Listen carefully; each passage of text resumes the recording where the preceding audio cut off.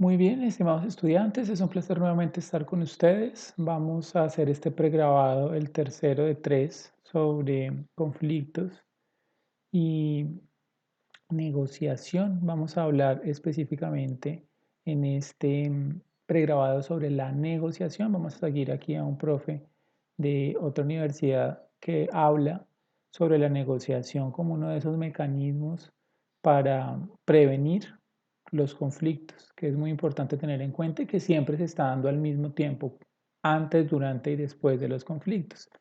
La primera y más importante afirmación que tenemos que hacer es que la negociación no debe verse como un resultado específico, lo que yo gano después de hablar con el otro, sino como toda la relación social. Recuerden ustedes que al comienzo, en los pregrabados anteriores, les mostré que el conflicto era un proceso. De la misma manera, la negociación lo es. Es antes, el durante y el después. Y así hay que tenerlo presente, porque si nosotros pensamos que la negociación es solamente el resultado, entonces vamos a estar solamente hablando de la negociación de términos competitivos, que es cuando yo gano y el otro pierde. Aquí hay que ampliar un poco el espectro porque para poder resolver el conflicto tenemos que verla como un proceso. Por eso es todo el tiempo en que yo estoy con el otro. Y eso es lo que vamos a ver por qué y cómo se da y de qué manera podemos aportarle a ese tipo de negociación. Que es una de las maneras, ¿cierto? No es la negociación que, por ejemplo, uno podría decir que tienen los niños, que es la que ganan siempre, ¿cierto? Un niño es el que dice yo quiero esto, quiero esto, quiero esto, quiero esto, y si no lo tiene, hace pataleta. Esta es una negociación de otra manera en el que tratamos de que el valor que existe por la relación que hay entre dos personas se multiplique lo máximo posible. De eso se trata entonces. No de verlo como una suma cero, sino como una relación en que las personas ganan en función de sus expectativas o más, porque crean valor que no existía antes de. Pero todo eso requiere confianza y comunicación, que fue lo que quedamos la clase pasada. Los conflictos escalan porque no hay confianza ni comunicación. Y las relaciones se mejoran porque hay confianza y comunicación, lo que se logra a través de este tipo de negociación.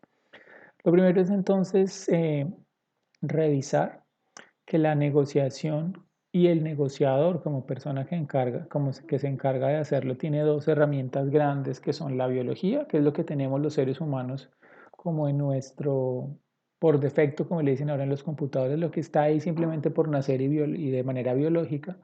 Y por el otro lado está la cultura, que es todo eso que aprendemos en sociedad.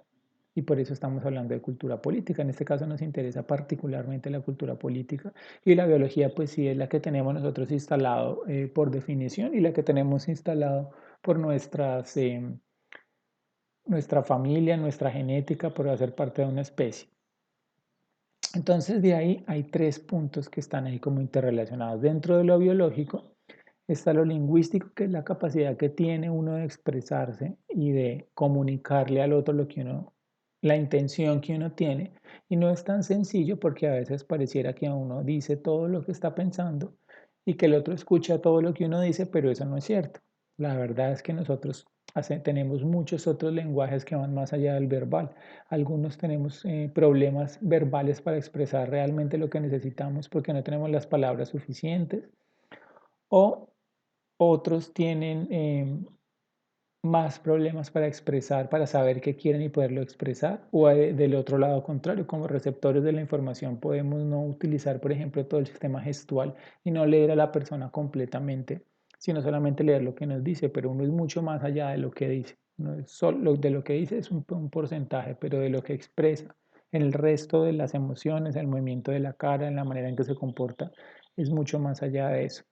Entonces, lo lingüístico tiene que ver con la expresión, con las conversaciones y con el lenguaje. Esa es la primera parte. La segunda tiene que ver con las emociones de la biología, ¿cierto? Las emociones son esos dispositivos que nos hacen a nosotros sentirnos de una u otra manera y sobre eso actuamos.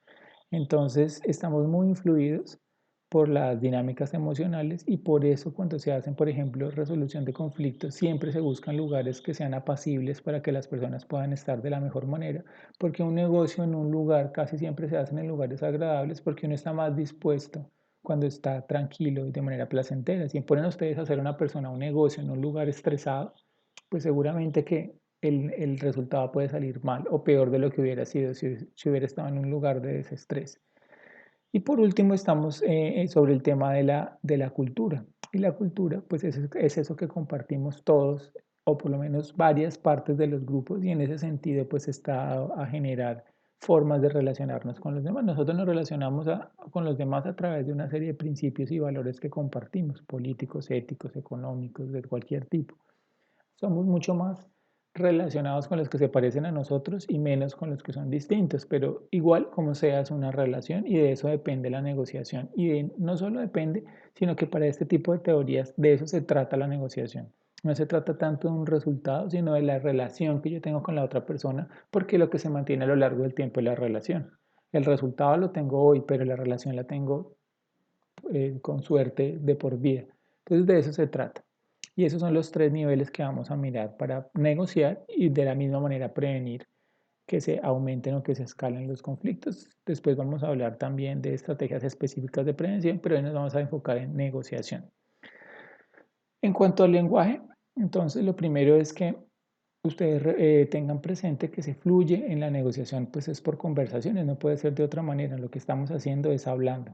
Por eso, por ejemplo, en negocios internacionales es muy importante saber otros idiomas. Y no solo los idiomas, sino la cultura que está inserta en ese país o en ese idioma para poder entender de la mejor manera todas las cosas que van sucediendo. En cada región la cosa funciona distinta. Pero en términos solamente de lenguaje, uno habla, el otro escucha. Digamos que eso es lo básico, ¿cierto? Y la conversación se da de esa manera. ¿Qué tanto uno habla lo que quiere y qué tanto el otro escucha lo que realmente quiere escuchar? Son cosas que habría que revisar, ¿cierto? Lo segundo, ¿cómo opera el es que escucha? Entonces aquí hay una primera parte que es importante tenerla en cuenta. Y lo que normalmente pasa es que, por ejemplo, yo como persona hablo, ¿cierto? El otro escucha, pero la persona normalmente que dice, uno valida si lo satisface o no lo que el otro quiere decir y lo excluye o lo incluye conforme la otra persona se parezca a lo que aquí dice la base de datos, ¿cierto? Normalmente uno funciona así y eso los estudios neuronales se han dado cuenta que eso funciona a partir de segundos. A la gente en los estudios le ponen fotos de personas distintas y de una vez la parte del cerebro que incluye o excluye a los demás se mueve muy rápido. O sea, yo veo una foto y yo ya sé si este es mi amigo o no es mi amigo. Es así de rápido que lo hace el cerebro. No se pone tanto a pensar y de una vez incluye o excluye. De esa manera, entonces, ¿qué es lo que tendríamos que ver? Nuestra base de datos, ¿cierto? ¿Qué es lo que nosotros conocemos? ¿Qué teorías tenemos? ¿Qué fundamentos tenemos? ¿En qué creemos? ¿Cómo explicamos el mundo? Porque de esa base de datos depende de mi capacidad de aceptar a la otra persona. Normalmente, si mi base de datos es pequeña, entonces yo le digo, usted está equivocado, no estoy de acuerdo, eh, y no le voy a creer lo que me diga, no importa cómo me lo dijo, ¿cierto? Por eso la relación la define es la persona que la escucha, porque el que escucha sabe si quiere escuchar o no, pero como les digo, no es de bueno o de malo, es en función de su base de datos, de lo que sabe, lo que conoce, lo que vive, ese tipo de cosas. Entonces, eso es lo primero que tenemos que saber, ¿cierto? Lo que nosotros pensamos es que si coincide con lo que yo quiero, la valido y si no coincide, simplemente decimos que es inválida, que no sirve, que está mal. Punto. Eso es lo que hacemos usualmente y por eso las relaciones no fluyen sino entre amigos, que es lo más fácil de salir adelante. ¿Cuál es el reto que nosotros ponemos en este tipo de negociación relacional? Pónganse ustedes a mirar esa gráfica. De un lado está en tipos de conocimiento, nosotros tenemos qué cosas sabemos. Por ejemplo, yo sé que, pues, que lo que me dice el noticiero, yo sé lo que leo en ciertos libros y yo sé lo que me han enseñado mis papás. Pero pues de alguna manera, o mis maestros, o lo que yo he aprendido en la vida. Pero de alguna manera la base de datos de lo que yo sé es bastante limitada, es una base pequeñita. Ahora, que hay otras cosas que uno no sabe. Aquí le dicen a uno, ustedes podrían hacer una lista de lo que no sabe. Yo, por ejemplo, no sé específicamente de las matemáticas que hay detrás de la física cuántica, ¿cierto? Yo no sé cómo se hacen las matemáticas para calcular em, los valores que tienen los neutrones, los protones y todas esas cosas de las que habla la física. O dialectos que pueden tener en algunas regiones del Amazonas, no los conozco. No obstante, yo reconozco que no lo sé. Y esa base de datos es mucho más grande, ¿cierto? Pero va incrementándose. Una cosa es lo que yo sé, más pequeño, una cosa es lo que yo no sé, pero lo tengo claro que no lo sé. O sea, sé que existe, pero yo no lo conozco. Lo tengo referenciado. Esa sería la segunda. Pero realmente donde está el desconocimiento más grande y la base de datos más grande es todo lo que tengo por aprender que realmente ignoro, ¿cierto? Lo que no sé, lo que ignoro completamente, ¿sí?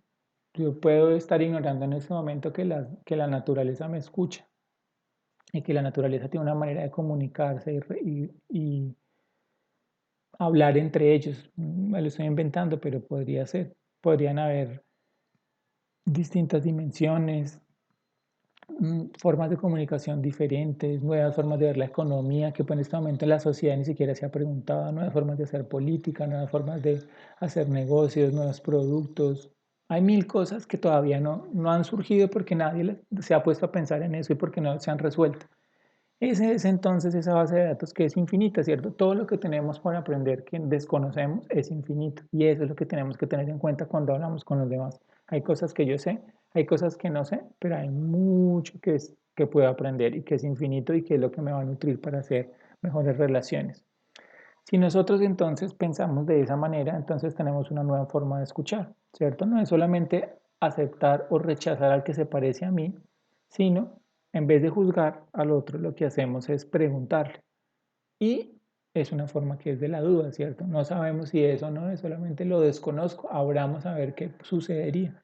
Entonces, cuando eso es así, yo lo que pregunto es, ve, ¿por qué me está diciendo eso? ¿Desde dónde está diciendo? ¿Cuál es su contexto? ¿Qué antecedentes tengo que él no tiene? ¿Cierto? ¿Cuáles son las estructuras de lo que está diciendo? ¿Qué tan coherente es? ¿Hasta qué punto es cierto? ¿Hasta qué punto no? ¿Qué posibilidad se me abre si yo escucho a esa persona? ¿Qué puedo perder si no lo escucho?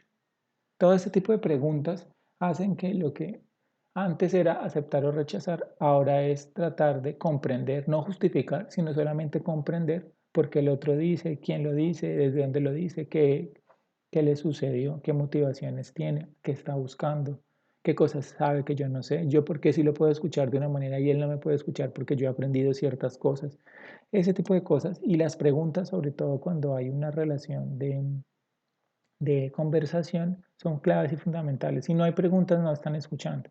Preguntar es aprender de las maneras distintas que tienen los demás de ver el mundo. Entonces, esta es como la manera sugerida, porque cuando la otra persona siente que alguien lo escucha, pues lo valida como persona. Cuando ustedes no escuchan a la otra persona, simplemente no existe, lo ignoran. Y esa validación hace que la persona se sienta sensible a ustedes y empiece a confiar, porque lo que estamos nuevamente generando confianza a través de la comunicación y sobre todo del cumplimiento de pactos, que vamos a ir al final con eso. Segundo punto que yo les hablaba son las relaciones. Entonces, el lenguaje tiene que ir de esa manera. Las relaciones, ¿qué es lo que nosotros a veces desconocemos de las relaciones? Desconocemos de las relaciones que están muy unidas, muchas relaciones y que están al mismo tiempo. Por ejemplo, si ustedes ponen acá su unidad básica, se relacionan ustedes con sus familiares, pero con su papá de una manera, con su mamá de otra, con su hermano, con su pareja, con sus hijos, todos estos son relaciones que están teniendo ustedes. Ustedes pónganse a pensar cómo me va con mi papá, cómo me va con mi mamá, cómo me va con mi hermano, cómo me va con mi tío, cómo me va con mi pareja, cómo me va con mis hijos y con cada uno de ellos. Y vean ustedes que la cosa no es tan sencilla porque hay muchas variables. Luego ustedes dicen, por ejemplo, en la universidad, ¿cómo le va con las personas con las que se relacionan? ¿Cierto? ¿Cómo les va con las personas con las que ustedes tienen que hacer los pagos, generar bienestar universitario, con los docentes, con los compañeros?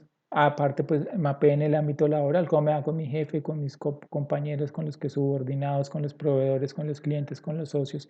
Y de todo eso sale este mapa grandote que está acá. Que este mapa entonces de lo que se trata es ver que ustedes tienen muchas relaciones al mismo tiempo y por eso es fundamental tener como una ética de la negociación y de las relaciones, porque lo que pasó con el cliente, si a ustedes les fue mal con el cliente, les va a afectar la manera en que va a hablar con su pareja. Y si le afectó a su pareja, va a afectar la manera en que se relaciona con sus empleados, con sus ejecutivos, con su suegra, mejor dicho. Todo esto es una red de relaciones que influyen en la manera en que usted habla. Entonces lo mejor sería uno mantener buenas relaciones con las personas porque son las que ustedes se van a encontrar todo el tiempo y las relaciones son personas. Ahí vamos entonces viendo, la negociación no es solo la cosa que cambia, sino la persona que está detrás, la persona que hay que escuchar de la manera en que hablamos y la persona con la que hay que generar confianza. Entonces ahí vamos. El tercer punto y el de ir para cerrar, para ir cerrando, son las emociones. Hay que tratar de pensar constantemente que las emociones nos gobiernan y no al revés.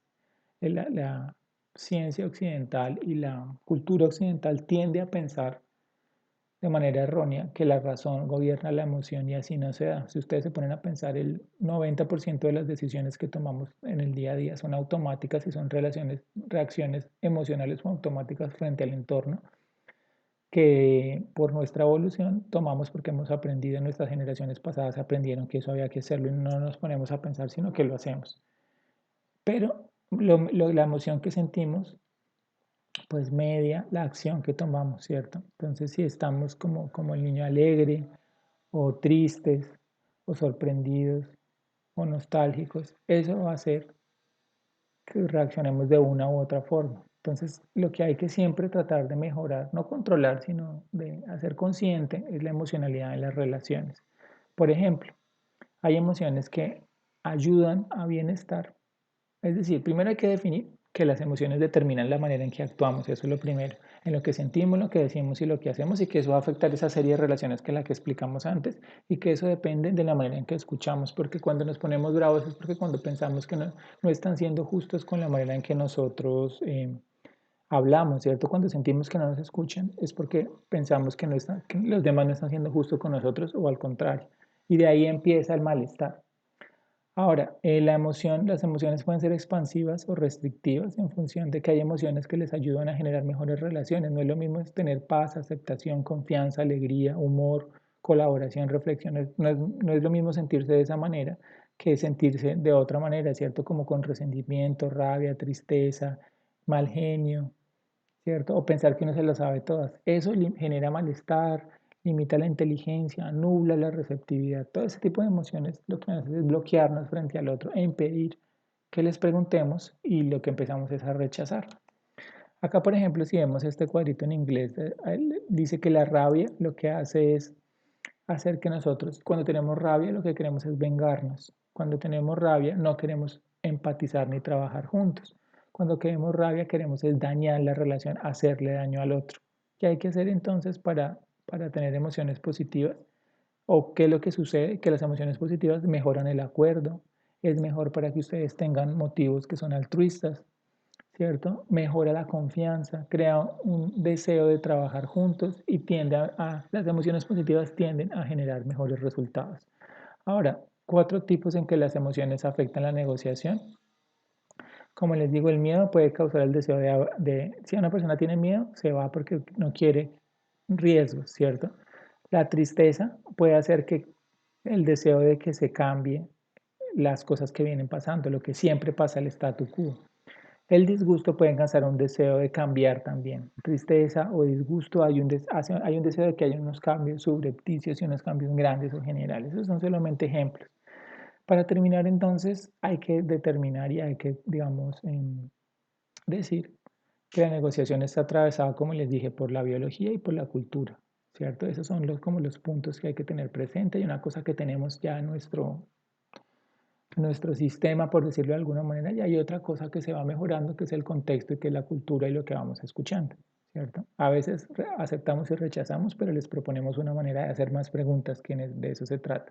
Y de esa manera prevemos o prevenimos muchos conflictos, pero no los conflictos de tipo negativo, porque la relación es un conflicto en sí mismo.